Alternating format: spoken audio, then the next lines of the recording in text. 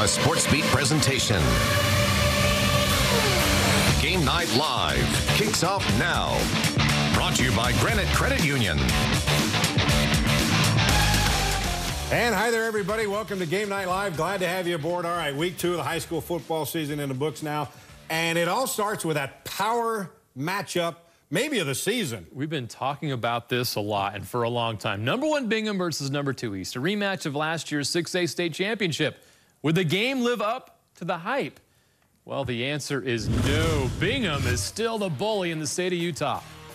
This play gave Bingham the momentum early. The punt returner is Jared Greenfield. He takes the punt on the bounce, changes direction, finds the sideline, has some help from his friends, and he's got a 62-yard punt return for a touchdown, 7-0 Miners. After an East turnover, Bingham adds another score. Peyton Jones to Avi Parikh.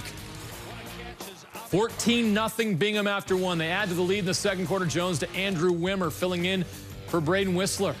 21-0 at the half for the Miners. And Bingham kept the momentum going in the second half. Wimmer with an 8-yard touchdown run. The Bingham defense continues to dominate, holding East to just 8 points, 30-8 the final. Wow. All right, now another big matchup this week featuring neighboring schools in North Utah County. Yeah, Lone Peak coming off an impressive win over Harriman, while Sky Ridge looking to bounce back after a very disappointing loss to Riverton. Sky Ridge would get on the board first. Ma'amatoa, he had a nice night. He's in for the touchdown. All right, Lone Peak on the move now. Layden Tongiai comes up with a sack. Second quarter, Sky Ridge, Jaden Clemens, the zip to Dylan Samuels, 11 yards. Falcons out to a 14-0 lead, but a few minutes later, Braden Seary going to the end zone. Here comes Sean Wood. How about that one-handed catch? All right, you got to see this again. He got a defender all over him. What a grab. All right, final minute of the first half. Lone Peak's Michael Daly, committed to BYU, comes up with a block, punt, then tracks it down the end zone for the touchdown. We're tied at 14 at the half. In the third, Seary to Mason. Wait, there's one stiff arm. Wait for it. There's another one. Man. 42 yards. Lone Peak has its first lead of the game. Sky Ridge comes back in the fourth. Ma'amatoa punching it in. Sky Ridge has a 24-21 lead. That's how this thing would end. What a game on Thursday night. They're both now 1-1. Is Riverton for real? Well, they face another big test against third-ranked Corner Canyon. And we know Corner Canyon's for real. Cole Hagan to John Mitchell, one of the best, if not the best, QB wide receiver combos in the state. 14-0 Chargers. Hagan has several talented receivers. This touchdown toss, Talmadge Hanley with a great grab. And they can run the ball, too. Hand the ball off to Austin Bell. He's got a 15-yard touchdown, 27-0 at the half. Hagan and Noah Kerr connect for 2 more scores in the third, and Corner Canyon crushes Riverton 41-0. All right, staying in Utah County, American Fork at Timpview. American Fork's Boone Abbott under pressure to Chase Roberts, but it's picked off. Cale Richardson with the pick. Thunderbirds drive down to the 2. Ammon Aqueen punches it in. Now the second quarter, American Fork. Abbott to Bodie Schoonover. We're tied. Fourth quarter, Timpview down 25-20. Here they come. Ammon Aqueen on the screen, and he'll finish it off. He gives Timpview the lead, and that's his third TD of the night. Timpview will score 20 in the fourth. Big comeback win over a very good American Fork team, 33-25.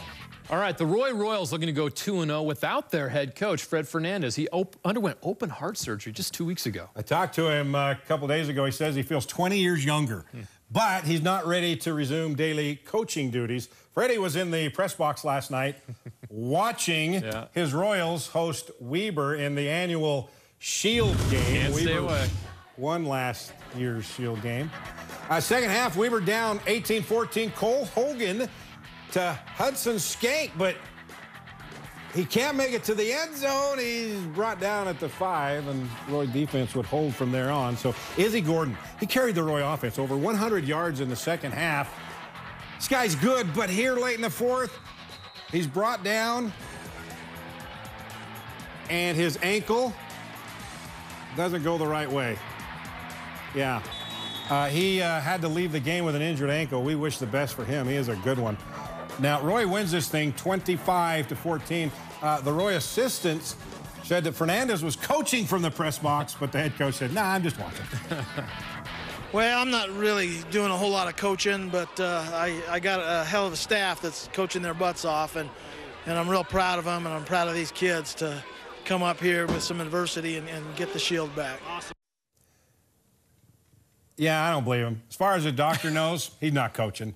That's pretty cool. He's back there, and he'll be back soon, I'm sure. Yeah, he will. All right, our Game Night Live crew was at Farmington last night for our game of the week. Now, the newest school in the state playing their first ever home game, the Phoenix hosting Northridge. And you got to watch it live on our KSL TV app. History-making night here at Farmington High School, the first ever home game for the newest school in the state.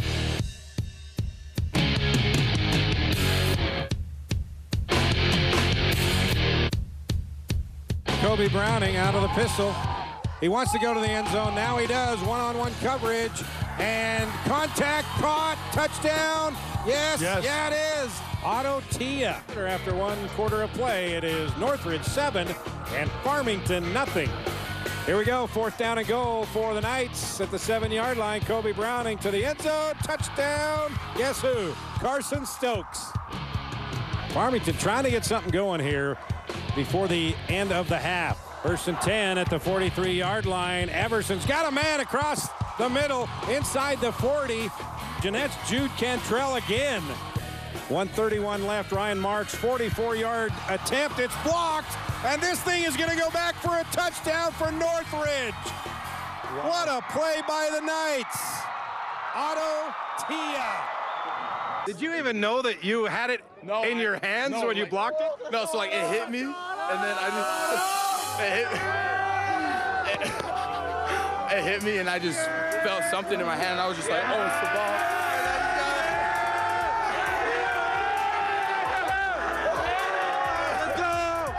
To the end of the first half in this historical night for the Farmington Phoenix, but Farmington trailing Northridge 22-0. 2nd down and 11 from the 18. It's caught. Touchdown, 17 yards. Northridge. Dakari Armandaris. 1st and goal at the 5. Around the right side goes Briggs Malin. He's in for the touchdown. Northridge in the end zone again. Briggs Malin. 37-yard field goal attempt on the final play of the game. It is long enough, but it is wide left. And that's how the first ever home game here for the Farmington Phoenix ends. 36-0. Northridge comes in here and gets the win. It was me. I didn't have them prepared for it. It's one of those learning things that, I wish I had every answer, but, I just didn't. And, love those guys on that side, and that's the thing I love about Braden is he is a mind. And he had a great plan, and he knew me a whole lot better than I knew myself tonight. We were out for blood tonight. We've been scrimmaging these guys all summer long, and it just all fell into place. So you know him very well. Very. Coach is my man, but nothing but respect for that team. Oh, it feels fantastic. You come out here, you play a good game defensively. Offense showed up, put points on the board. You can't ask for a much better game than this.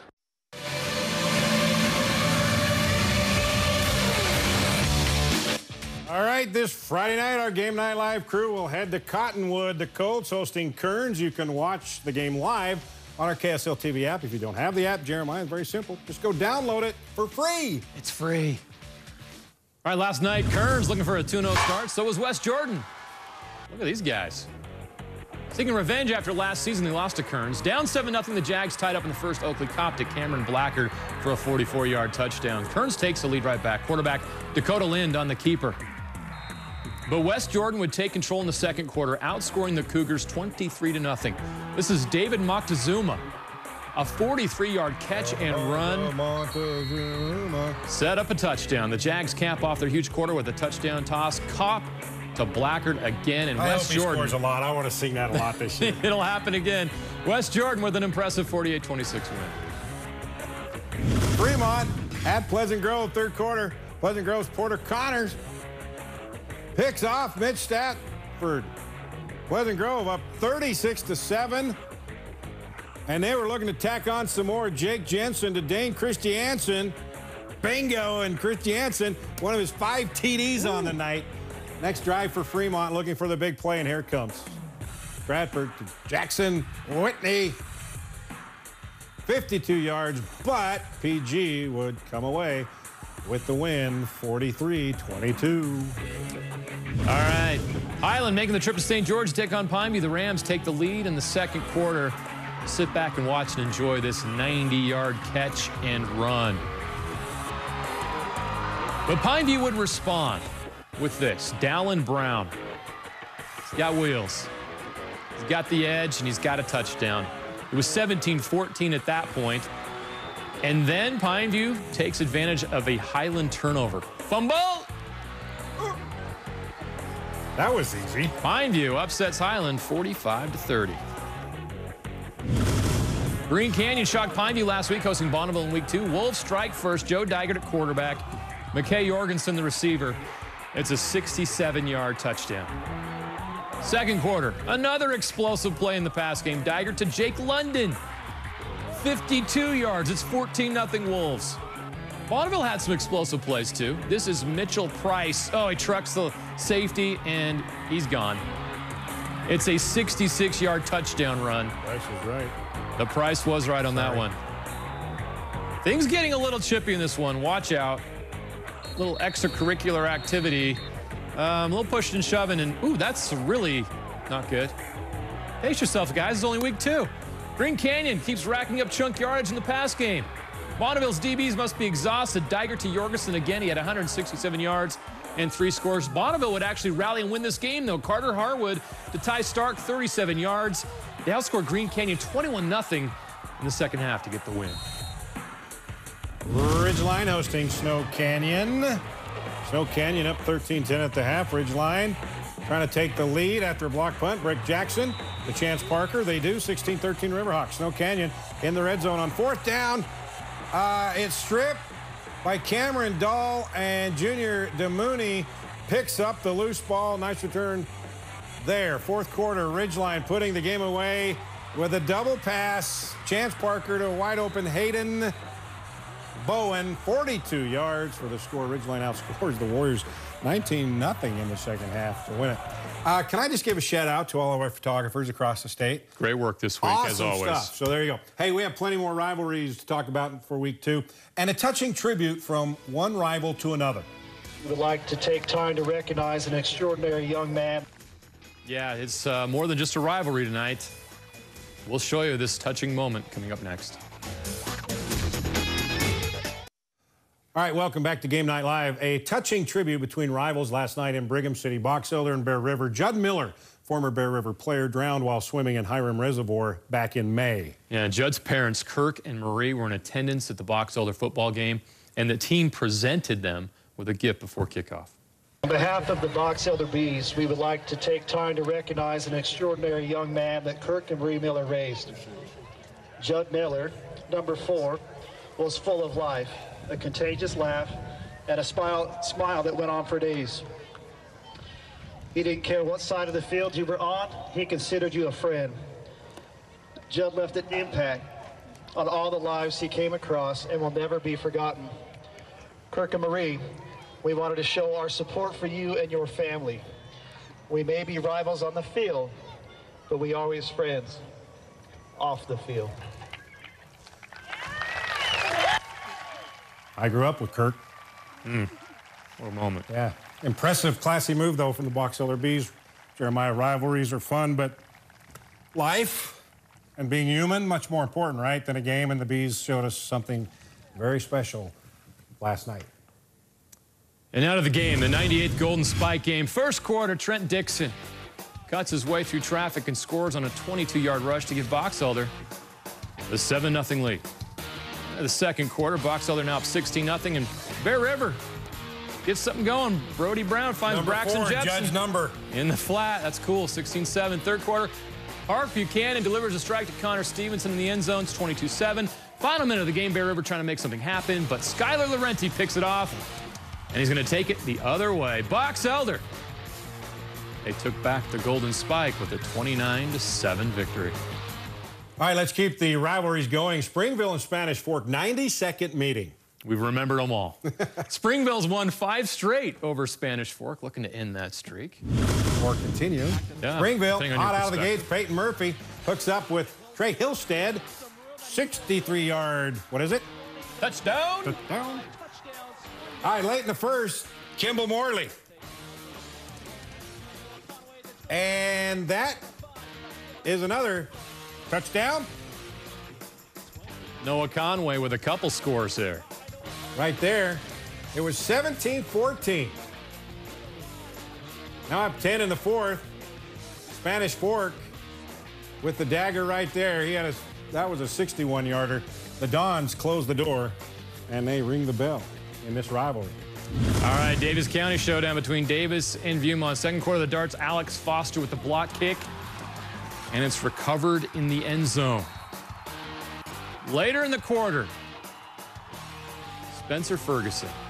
He's going to add to Davis's lead with a 24-yard touchdown run. And Davis, well, Viewmont made a charge, but they hold him off for a 14-12 win. All right, defending state champ South Summit off to a good start this year. Cale Atkinson, one of the reasons why. 7-0 Wildcats on the keeper. 3 minutes later, Jared Danzy. Okay, these guys know how to run the football.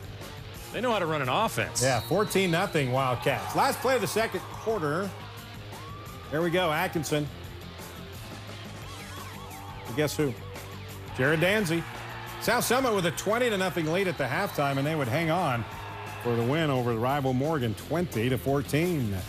All right, Kanab and Beaver, both involved in the throw last week, and now this week, Kanab digs deep in the playbook. A reverse pass, Marcus Fox, the lefty, to Carter Jackman, who's wide open, down inside the 20. Next play, Sam Orton to Caden McDonald. What a catch. The Cowboys take a 14-9 lead in the fourth. But just like last week, Beaver rallies late. Riker Albrecht, the quarterback, working his magic, escapes and gets out of the pocket, gets a great block at the goal line, and he's in with 30 seconds left for the game-winning touchdown. Beavers done it again. They survive, and another heartbreaker for Kanab. Juan Diego and Judge, first quarter. Juan Diego already up 21-0. Tristan Tanazi. He'll take that little pitch and catch. 42 yards. Juan Diego. Easy time, Judge. They win it 46-6. All right, coming up next, the best of week 2. Jeremiah, the highlight reel. Ready to roll. I can watch that one over and over again.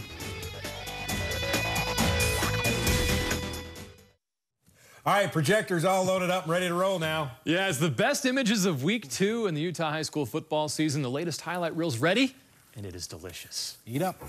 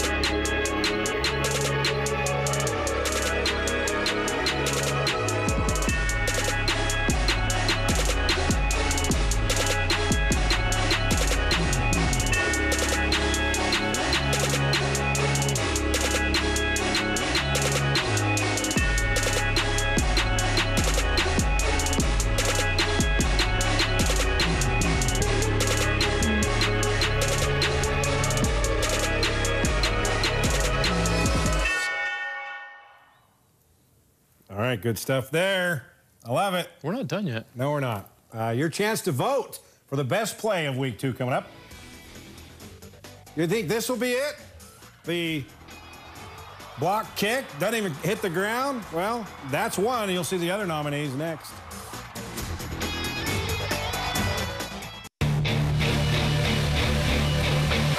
Primetime Performers, brought to you by Granite Credit Union. All right, pay attention now because you're going to have your chance to vote on these best plays of week 2. Final minutes of the first half, Farmington, Northridge. Northridge, Otto Tia blocks the field goal, doesn't even let it hit the ground. Returns it 65 yards for the touchdown. Otto with the blocko. Oh. Number 2, Lone Peak versus Skyridge. Sean Wood has Velcro for hands. One-handed catch. Let's slow it down in all its glory. That's pretty good. That's impressive. Okay, nominee number 3, Ridgeline. The double pass against Snow Canyon. Chance Barker to Hayden Bowen for the 42-yard touchdown. Will that be your favorite? Or how about Bingham's Jared Greenfield? Back to return the punt, makes a couple cuts, and takes this 62 yards to the house against East. Now, if you want to vote for your favorite play, you go to Twitter to do that. Go to the KSL Sports Twitter page and cast your vote in the ballot. And we'll announce the winner tomorrow night. The winner. On SportsBeat. A lot of great choices. Yeah, there are. Tonight. So. We keep having great plays week in and week out, and it's only week 2. I'm excited about the rest of the season. Yeah. All right, that's week 2. Okay. Bunch more to go. What are you looking forward to in week 3? I'm just saying who can keep the momentum going. Yeah. Some teams won in week 1 and couldn't keep it up in week 2. True. Some teams lost and got it back. That's what I'm looking for. See ya.